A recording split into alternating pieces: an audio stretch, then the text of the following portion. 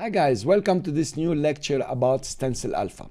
Stencil Alpha is really special. In fact, all this category is quite special, and its use will need some training from you so you can get to see the effect really and to understand the manipulation. Stencil Alpha and all this category, you can play a lot of tricks with them and a lot of useful tricks. Let's see what we have here. I have my text layer, Stencil Alpha. That's one. I have my clouds layer, fine, and I have the fire. What I would like to do is to apply multiply and blend the clouds with fire. Let's do that. And I'm very happy with the multiply. You can use something else. And I want to do a matte to these two layers inside Stencil Alpha. Okay. Now, if I use track matte, notice what's going to happen. It's very beautiful. It has track matted the clouds to Stencil Alpha. That's very fine. But it kept all the fire outside, and this is not exactly what I wanted. I wanted everything inside the characters. So I will keep the multiply here, but I will remove the alpha. I'll put no track matte.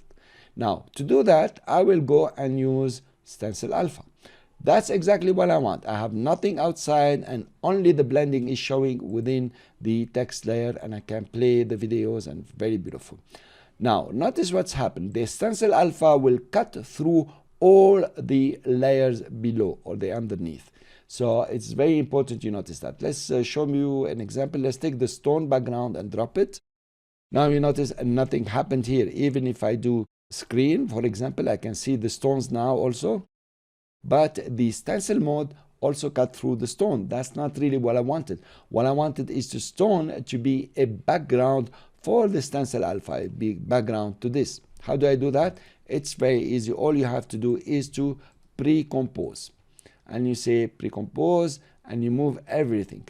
Now, if I go back to my layer, it is working very fine. This one we have to show. Here you are.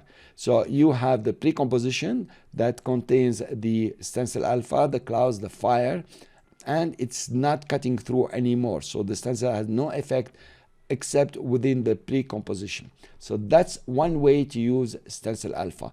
And I will show you another way in a second. Now, you can also use the Stencil Alpha on shape layers.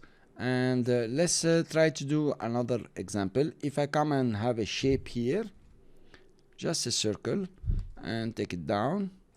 And I want just the candle to appear within the circle, right? Just the candle. You see the candle where it is. Fine. Now, what will I do? I'll apply Stencil Alpha. First of all, let's look at our alpha channel and see exactly what we're doing. Of course, we don't want to see this, and the other two videos, we don't want to see them because their alpha channel obviously is as big as the comp. But that's the alpha channel of the circle, and I can use this one. Okay, fine. Let's go back to RGB and put on the two layers. Now, what I can do is to come to the modes here and say Stencil Alpha. Now that is great. It's very sharp here, of course. What you can do is to use the radial blur. Let me show you here how to use it. Radial, and I want blur, of course. Cool. I can use CC radial blur is okay, or radial blur. Let's take CC here and drop it in. Now in CC you have the centered, and you notice if you make this one bigger, it's gonna be even nicer.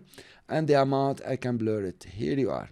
Of course, it's going this way because the center is not set to the center of the circle here. I will set it just to show you here, just in the middle. Here you are. You created the effect of the feathering without even touching the inside, but you have a difference of color here. So this is one way to do it. Thank you very much for listening. I'll see you in the next lecture.